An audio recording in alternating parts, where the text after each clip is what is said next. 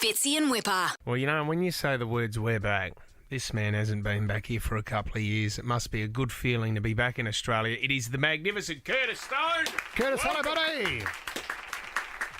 What is going on, fellas? You know what I hear your voices. Yeah, great to hear yours. And you know what I love too was that photo of you and your dad embracing. You haven't seen him for so long. It must have felt good, mate. It really did. It was quite a funny experience. You know, my dad, he's had a couple of strokes since I've been gone, which isn't funny at all. But he's had a couple of strokes, but still doing really well. And I got off the plane. It was a pretty emotional, welcome. I've been thinking about it for weeks and weeks, and I saw him. And just before I landed, he called me and before I left, and he said, "I've got a hole I need you to dig," because I was in the middle of doing this fence, and I ended up in hospital. And you've got to finish off this fence. So I said, "No worries, Dad. Of course I will, mate." And then when I finally meet him, I put my bag down, I give him a big hug, and it's a great moment. And he says, "Do you want me to show you where that hole's going to go?" And I said, "Yeah, of course." So Oh, my God. we walk over beside the dam, and he shows me where the hole's going to go. And then he shows me the shed, and he shows me the tools I'll need, and he's telling me exactly how I have to do it. And I'm like, "Okay, no worries, mate." And I start walking inside. He says, "Where are you going?" And I said, "Oh, do you want to go in and have a cuppa?" And he goes, "Well, I thought you'd do the hole first." I said, "Can I put some boots on? Can I take a shower?" Yeah. And anyway, he's just quite particular. So I dug the hole, I fixed the fence, and then he showed me the 30 trees that came down in the last storm, and I spent the first 5 days cutting wood. So You're kidding me. just a few years of payback. Do you know, Curtis, the other thing that happens, and I did it over summer, I drove from Sydney to Melbourne, and Dad flew up because he wanted to be part of the drive. Anyway, he said, "Mate, we have got so much to talk about. You're going to need me for the 9 hours." So we get in the car. I reckon by the time we hadn't even hit Campbelltown, and we've got nothing else to talk about. Yeah, it's all done. Like, it was just like a scene out of The Castle. How's Mum? Good. How's Kate? Good. Louise? Good. And there was nothing else to talk about. So at least you had something to do. Hey, Curtis, can I ask you, where do you get where's the entertaining side? Is it from Mum or Dad? Because didn't you have Mum recently on one of your cooking shows, and she was a bit embarrassed getting in front of the telly? She was. She takes a minute to warm up. Once she warms up, She's fine. She's a bit of a ham. And Dad's got an incredible sense of humour. So, no, I think it's a bit of a mixture.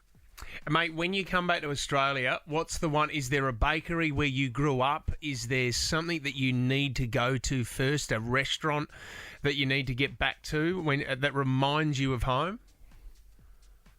Well, Dad's down in Woodend, so we need to go straight to Berkey's. That's the famous bakery down there in Woodend, and they make the best pies. So the first thing I have is a pie from Berkey's. Yeah, I think so. Fish and chips, that's always high on the agenda as well. And I've got a few little spots that we go to for fish and chips. So, it's all those old classics. A coffee, you miss coffee from Australia, so you're hanging to get your hands on a cappuccino from an Aussie one. Yeah. But, it's nice to be home. It's nice to hear the sense of humour in people, and it's very different. It's a very different place, America. So, and I love it, but there's nothing like home. Curtis, you know what's amazing, and we've only just realised this, the pennies dropped, but obviously you had a gift and I didn't. We both went to Box Hill TAFE, and I did a hospitality course there. What was the course you did there? Was it a cooking-based course? It was, yeah, professional cookery. So that's where I did my apprenticeship, the school of my apprenticeship, Right. of course. It was a good spot. Because we had a Swiss chef that used to do the cooking part of the hospitality course. TAFE? Yeah, TAFE, right? Technical and Further Education. And I would do like a chicken and some vegetables. I would have cut my Juliet carrots and things. And he would go, and he because my last name's Wipfli, which is Swiss, he would go, "Wipfli? What is this?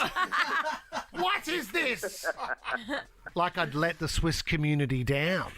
And that's when I knew that I best to leave the cooking to Curtis, and I'll move on from that. I'll go into radio. Well, you did just call the julienne carrots Juliet. So, there's probably a few reasons your Swiss chef was Is that what they are? All right, we're still learning. I better head back there. Did you get your passion? We were only talking about this before you come on, Curtis. Did you get your passion for cooking through home economics at high school? Because we were talking about home economics class. Well, I went to high school with Shannon Bennett, who was yeah. a well-known chef from Vue de Monde, and we were good mates. And I think we were probably 14 or 15. We went to an all-boys school. Yeah. And Shannon came to me with a great idea that we should go and do cooking, home economics, because they did it at the girls' school, and it was a bit of a plot to meet some girls, which neither of us were very good at. So that's why we both did home economics. And our home ec teacher, she still takes full credit for, creating two of Australia's better chefs because, but little did she know, poor Mrs. Barry, that we actually only did it because what we wanted to do was meet the girls. Because I didn't hear that part in the Oprah interview when you were on, and she said, "Why did you get into cooking?" You didn't answer chasing skirt. Okay, we learn something every day. Certain audiences, mate, Mate, I thought we knew everything. we love having you back home, mate. So good to hear your voice again, and it's great to see your family over Christmas. And when are you going back, big fella? How long have you got?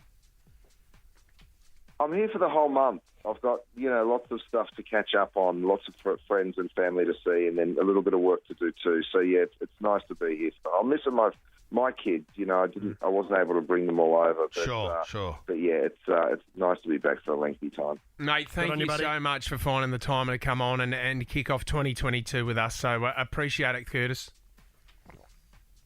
Always a pleasure, guys. Nice chatting to you. See you, buddy. Bye-bye. Fitzy and Wippa.